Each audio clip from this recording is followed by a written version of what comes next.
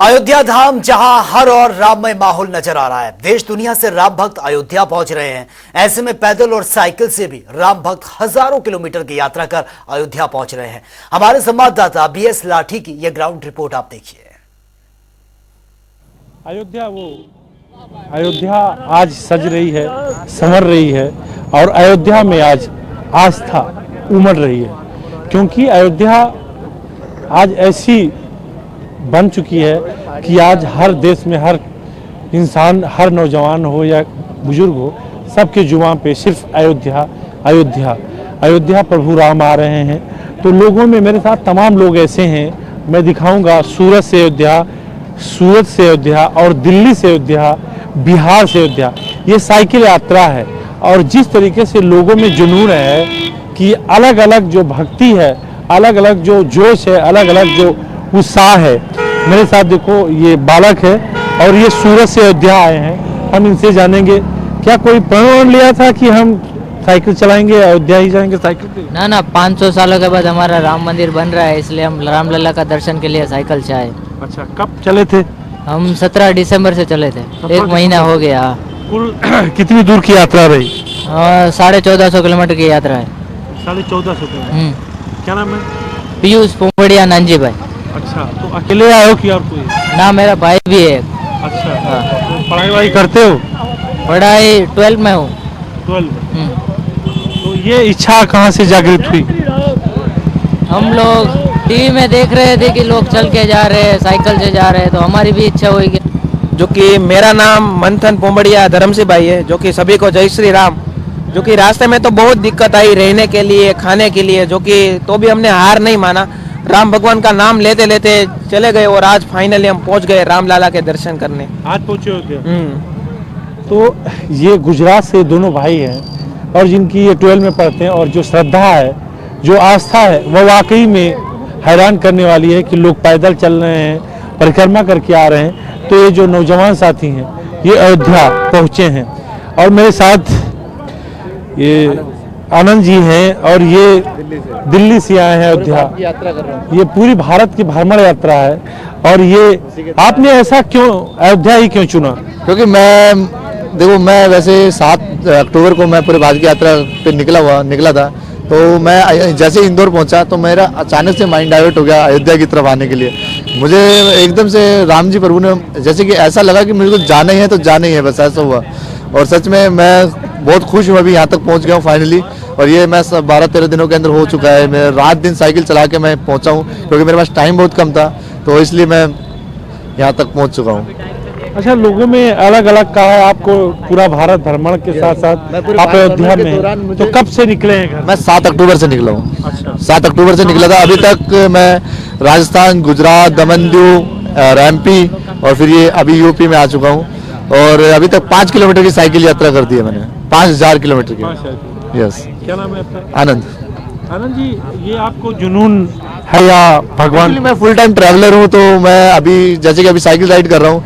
अभी next trip मेरी रहने वाली है एशिया की 10 कंट्रीज बाइक से। अच्छा, यस। ये तो ये आप देख रहे थे कि लोगों में जो उत्साह है और जो भगवान के प्रति आस्था जो बढ़ रहा है। मेरे साथ ये बिहार से भी चल के आए हैं। आप देख रहे हैं माता सीता और राम का भी स्वरूप है। वार्ड नंबर 16, थाना सिंधौली, जिला बेगूसराय, बिहार से रहने वाले हैं। तो भगवान राम की नगरी में बिहार से जो लोग आए हैं, जो आस्था है, दादा बड़ी मेहनत करनी पड़ी होगी। मेहनत तो की है भैया, बिहार के लिए की है, ये अपने के लिए आस्था नहीं है। और मेरा संकल्प है नमस्ते बिहार।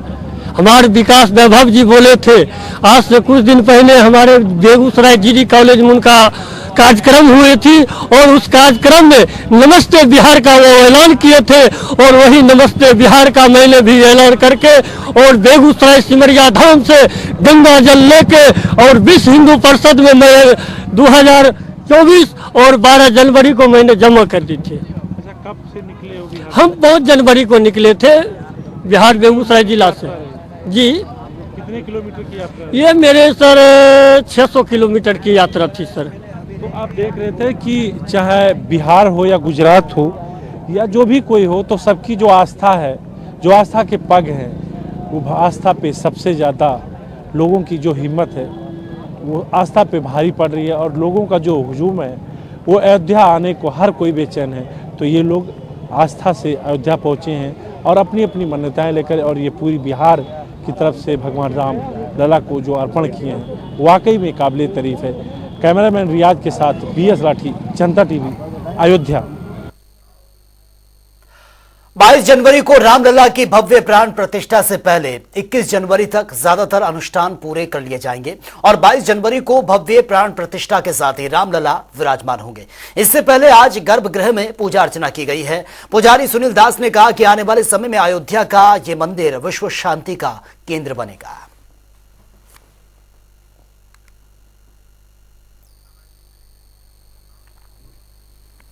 रामलला की भव्य प्राण प्रतिष्ठा को लेकर एक और जहां राम भक्त अयोध्या पहुंच रहे हैं, तो वहीं दूसरी ओर सुरक्षा व्यवस्था के भी पुख्ता इंतजाम देखने को मिल रहे हैं। हमारे संवाददाता BS लाठी की यह रिपोर्ट आप देखिए।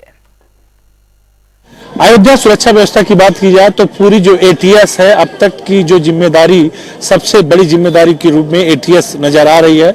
और आप देख रहे हैं कि ATS के कमांडो हो या जो गाड़ियां हैं, वो पूरी ATS की जो लावा लश्कर है वो सब लोग तैनात हो चुके हैं। और सारे जो ATS के जो लोग हैं वो आप देख रहे हैं कि किस तरह से मुस्तैद हैं। और जो एरिया डिप्लॉयड किया जा रहा है, वो सुरक्षा व्यवस्था का जो खाका है वो बिल्कुल वो खींचा जा चुका है। और आप देख रहे हैं कि किस तरीके से जो ATS के कमांडो हैं, बाइक से लेकर के 4 व्हीलर तक की जो सुरक्षा व्यवस्था का जो खाका है, वो आप देख रहे हैं कि किस तरीके से ATS के जवान जो मुस्तैद हैं और किस तरीके से तैनात हैं। आप देख रहे हैं कि जो कितनी मुस्तैदी है और कितने लोग किस तरीके से, क्योंकि आज एरिया डिमिनेशन का वो काम चल रहा है। जो आने वाले समय में जो PM आएंगे उसकी पहले से जो सुरक्षा व्यवस्था का जो खाका है वो आप देख रहे हैं कि किस तरह से खाका खींचा जा रहा है।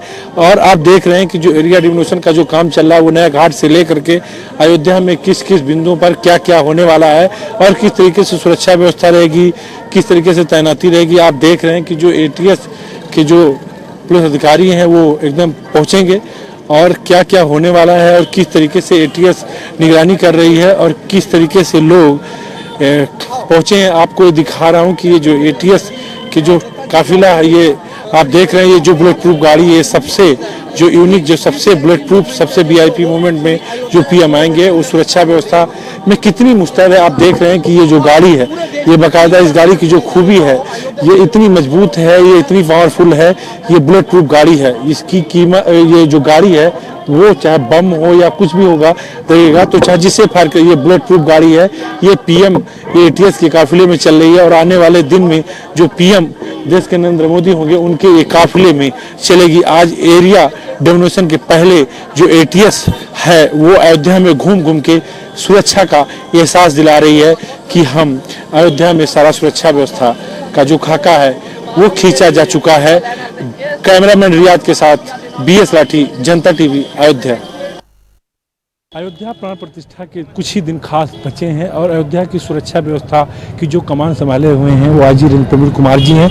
हम उनसे जानेंगे कि किस तरीके से सुरक्षा व्यवस्था के, सर किस तरीके से सुरक्षा व्यवस्था का इंतजाम किए गए। देखिए, 22 तारीख के कार्यक्रम के निमित्त हम लोगों ने सभी व्यवस्थाएं सुनिश्चित की हैं। लोगों को ट्रैफिक एडवाइजरीज के थ्रू बताया है कि 20 से 22 तक मंदिर के दर्शन इसमें बंद रहेंगे, तो आप जो भी लोग आना है वो 22 के बाद अपना कार्यक्रम बनाएं। 23 और ऑनवर्ड्स उसकी सारी तैयारियां हम लोग कर रहे हैं। जो भी 23 के बाद जो भी ट्रेन और बसेज आएंगी उसमें सारे यात्रियों को, तीर्थयात्रियों की सुविधा का सारा इंतजाम किया गया।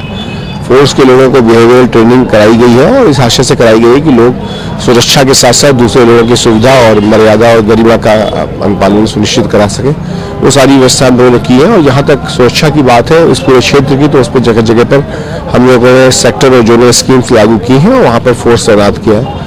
हमने जगह जगह पर CCTV कैमरों की भी को डिप्लॉय करते हुए अभी सभी आवश्यक व्यवस्थाएं की हैं। तकनीक का मैक्सिमम यूटिलाइजेशन करते हुए हम लोग आगे की कार्रवाई कर रहे हैं। स्थानीय लोगों का सहयोग भी लिया है। सर अगर बात की जाए मीडिया एडवाइजरी की, तो किस तरीके से एडवाइजरी जारी की गई है। देखिए, स्थानीय स्तर पर मीडिया के लोगों से हम लोगों ने ये अपेक्षा की है कि 22 तारीख का जो कार्यक्रम है, 22 तारीख के कार्यक्रम में रामकथा संग्रहालय में मीडिया सेंटर स्थापित किया गया है, वहाँ पर रहेंगे। और बाकी लोग जो वाहन हैं मीडिया के, उनके हमारी फटिकशिला के पास में मीडिया के लिए एक निर्धारित पार्किंग है, वहाँ पर वो वाहन जहाँ जिनको कि मीडिया के पास है वो उसमें अनुमन्य होंगे और वहाँ पर लोग जाएंगे।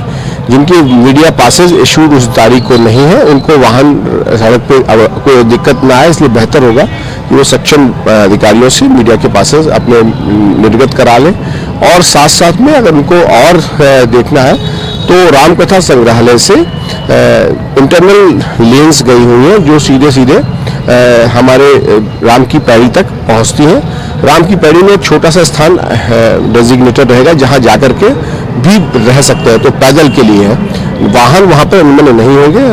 वाहन जो है रामकथा संग्रहालय के आसपास के क्षेत्र में या आसपास के जो क्षेत्र का मतलब जो आसपास की रोड बनी हुई है एक वहां पर है, और इसके अतिरिक्त हम लोगों ने एक पर्टिकुलर फटिक शिला पर मीडिया के लिए पार्किंग चिन्हित की हुई है, वो वहां पर रहेगी।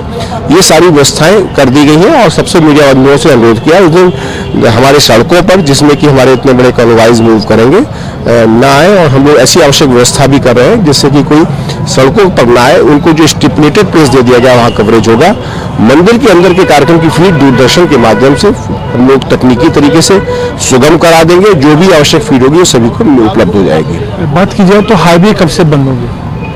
देखिए, हाईवे को रेगुलेट करते हैं हम लोग और हाईवे बंद नहीं करते, क्योंकि समानांतर हमारे पास रोड अवेलेबल है, तो हम उसकी आवश्यकता के हिसाब से हमारे पास पूर्वांचल एक्सप्रेस वे है, वहाँ पर हम लोग उसको डाइवर्ट करते हैं, जिससे कि अभी भारी वाहनों का डाइवर्जन चल रहा है। और हम लोग 20 तारीख के शाम के पश्चात से हम लोग बिना पास के वाहनों पर एक बार प्रभावी रोकथाम इसमें करेंगे। कॉरिडोर कहाँ से कहाँ तक बनाएगा? ग्रीन कॉरिडोर बेसिकली कंसेप्ट ये होता है कि हमारे कोई भी लोग किसी भी इमरजेंसी में या किसी भी जगह जा सके, वहाँ पर उनको सुगम यातायात मिले। लखनऊ से लेकर के अयोध्या तक, बनारस से लेकर के अयोध्या जी तक और प्रयागराज से लेकर अयोध्या तक हम लोगों ने इसकी व्यवस्थाएं सुनिश्चित की हैं। आसपास के जनपदों से हम लोग विचार विमर्श कर रहे हैं और जो ट्रैफिक एडवाइजरीज है वो भी निर्गत की गई है। सभी लोगों का कोऑर्डिनेटेड एफर्ट है कि हम लोग इसको अच्छी तरीके से संपन्न करा लें। आप सुन रहे थे, ये थे अजीत प्रवीण कुमार जी, जो सुरक्षा व्यवस्था से लेकर मीडिया एडवाइजरी तक की जो निर्धारित है वो सारा सुरक्षा व्यवस्था किस तरीके से जो खींचा गया है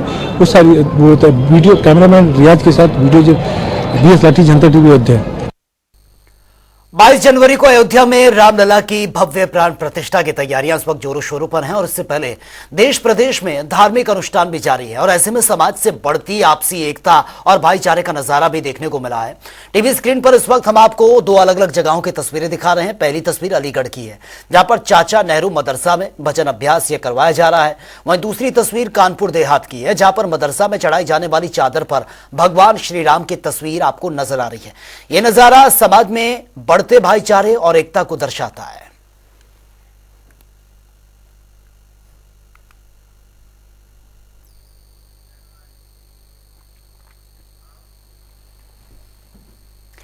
भव्य प्राण प्रतिष्ठा का काउंटडाउन शुरू हो चुका है। चंद दिनों में रामलला अयोध्या में विराजमान होंगे और ऐसे में देश भर से राम भक्त अयोध्या धाम पहुंच रहे हैं। एक ऐसे ही राम भक्त से हमारे संवाददाता राम नारायण मिश्रा ने खास बातचीत की है, जो राजस्थान के जयपुर से अयोध्या के लिए पैदल ही निकल पड़े हैं। आज हम रामसनेही घाट तो खड़े हैं, जो कि यहाँ से प्रवेश द्वार कहा जा रहा है रामसनेही घाट का। यहीं से 200 मीटर आगे कल्याणी पुल है, जिससे अयोध्या शुरू हो जाता है। आज हमको मिले हैं पवन सिंह जी भाई साहब, जो कि अजमेर से पैदल चल करके आ रहे थे। रास्ते में कहीं किसी गाय से एक्सीडेंट हो गया है, वो साइकिल लेकर के अब चल रहे हैं, लेकिन ये पहुँचेंगे जरूर अयोध्या धाम तक। आइए इनसे कुछ बात करते हैं हम पवन जी से। आपका क्या नाम है? पवन सिंह नाम है। मैं अजमेर से हूँ, राजस्थान से। अच्छा, कब चले हैं वहाँ से? सर आज मुझे 24 दिन हो गए सर। किस तारीख को चले थे? मैं 25 तारीख को चला था। 25 को, और 25 से आज कितनी तारीख हो गई? आज 17 तारीख। 17 तारीख हो गई, तो लगभग आप तो आज जो कैसे मन बनाया कि हम जो है अयोध्या जाएंगे? सर मन नहीं था सर, बुलावा था, बुला लिया इन्होंने इस आगे। बाकी बिना पैसों का आया, मैं मेन चीज़ बिना पैसों का आया। जिसकी श्रद्धा होती है ना, तो वो कैसे जा सकता है, वाले कितने बहाने हो उनके लिए, जिनकी श्रद्धा रहनी चाहिए जाने के लिए। मैं राम नारायण मिश्रा, जनता टीवी, रामसनेही घाट, बाराबंकी। सदियों का इंतजार खत्म हो रहा है। 500 सालों के इंतजार के बाद 22 जनवरी को रामलला अयोध्या में विराजमान होने जा रहे हैं, जिसे लेकर भव्य तैयारियां चल रही हैं। वहीं जगत गुरु शंकराचार्य अद्योक्षानंद महाराज ने इस युग की शुरुआत इसको बताया है और आगरा पहुंचे गोवर्धन के पीठाधीश्वर ने कहा कि 22 जनवरी को ऐतिहासिक दिन होगा जब भगवान राम अपने मंदिर में विराजमान होंगे। मतभेद है और ना ही कोई शंकराचार्य राम मंदिर के मामले में टिप्पणी कर रहा है, प्रश्न चिन्ह नहीं उठा रहा है। ये अफवाहें, खबरें सोशल मीडिया के द्वारा शरारती तत्वों के द्वारा प्रचारित की गई हैं कि शंकराचार्य वहां जाने नहीं जाएंगे या उसके विरोधी हैं। और इसका स्पष्टीकरण के लिए श्रृंगेरी मठ शंकराचार्य ने, द्वारिका मठ शंकराचार्य ने, गोवर्धन मठ शंकराचार्य ने हमारी तरफ से हम पत्र जारी हो चुका है। कोई कंफ्यूजन नहीं है, सब प्रभु श्री राम के हैं, भगवान सबके हैं, सब वहां जाएंगे। जो 22 को जाएंगे, जो 22 को नहीं जा सकते बाद में जाएंगे, और जो जहां है वहां से इस 22 तारीख के उत्सव को मनाएंगे।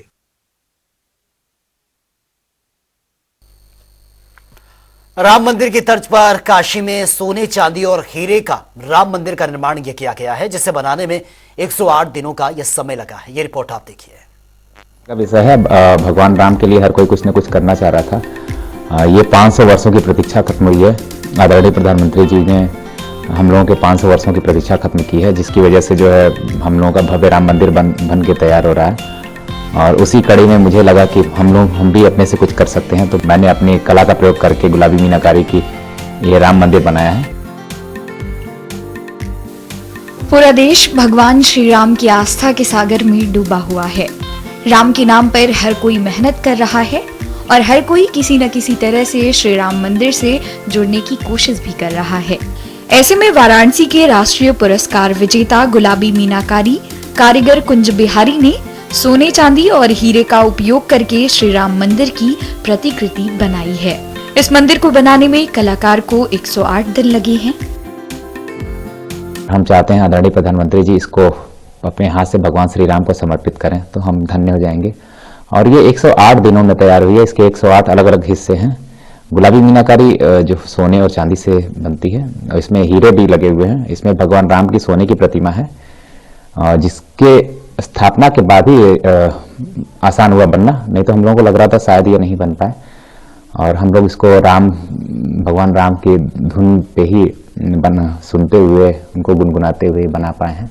ये उन्हीं की कृपा है जो हम इसको पूरा कर पाए। 108 इसके अलग अलग हिस्से हैं। इसमें शिखर में डायमंड का प्रयोग हुआ, हीरो का प्रयोग हुआ है। और इसकी प्रतिमा जो है, भगवान राम की प्रतिमा सोने की है। ये पूरे चांदी में ही बनी है और ये करीब पूरा 2.5 किलो इसका वजन है। इसमें डायमंड किस प्रकार लगा है, कौन सा डायमंड है? इसको अनकट डायमंड बोलते हैं और ये शुद्ध डायमंड ही होता है। और ये इसके शिखर पे लगा हुआ है। वाराणसी के गाय घाट के कलाकार ने पहली बार गुलाबी मीनाकारी में श्री राम मंदिर की प्रतिकृति बनाने का दावा किया है। लाइट मैंने इसलिए लगाई ताकि अंदर भगवान राम की प्रतिमा दिखाई दे। और फूल पत्ती में ज्यादातर मैंने राष्ट्रीय चिन्ह कमल का प्रयोग किया है, जिससे हमारे भारत माता का भी जो है मान हो। गुलाबी मीनाकारी ऐसी विधा है जिसमें सोने और चांदी का प्रयोग होता है। इसके कलर मेटल ऑक्साइड से बनते हैं, जैसे blue cobalt, white titanium, green copper, yellow vanadium, brown magnesium. और इसका पिंक जो होता है वो गोल्ड से बनता है, गोल्ड के ऑक्साइड से बनता है। और इसको चंदन के तेल में मिला के लगाते हैं और ये 850 डिग्री सेंटीग्रेड पे फर्नेस में हीट होता है। ये जीआई प्रोडक्ट भी है और ये आदरणीय मुख्यमंत्री श्री योगी आदित्यनाथ जी ने इसको ओटीओपी का भी दर्जा दिया है, 1 डिस्ट्रिक्ट 1 प्रोडक्ट। हम चाहते हैं कि जैसे आदरणीय प्रधानमंत्री जी ने हम लोगों के 500 वर्षों की प्रतीक्षा को खत्म किया है, वैसे ही ये आदरणीय प्रधानमंत्री जी के हाथों जो है भगवान राम को समर्पित हो, यही मेरी इच्छा है। इस राम मंदिर की प्रतिकृति का वजन लगभग 2.5 किलोग्राम है और यह 8 इंच चौड़ी और 12 इंच लंबी है। भगवान राम मंदिर की प्रतिकृति में 108 भाग हैं। मंदिर की प्रतिकृति में रामलला की स्वर्ण मूर्ति भी है। मिशन 2024 को लेकर सभी पार्टियां एडी चोटी का जोर लगाए हुए हैं। राजनीतिक बनाकर जमीन टटोलने का काम यह किया जा रहा है, एक रणनीति बनाकर। उस बीच सपा सुप्रीमो अखिलेश यादव ने पीडीए यात्रा को रवाना कर दिया। वहीं केंद्रीय मंत्री साध्वी निरंजन ज्योति ने जमकर इस पर निशाना भी साधा। थोड़ा सीधा खड़े हो।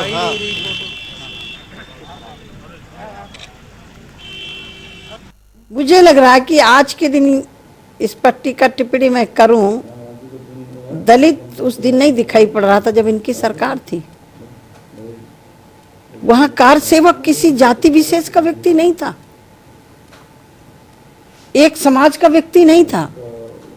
वहां आदिवासी भी थे, गिरवासी भी थे, जंगलों में रहने वाले लोग थे, सामान्य लोग थे।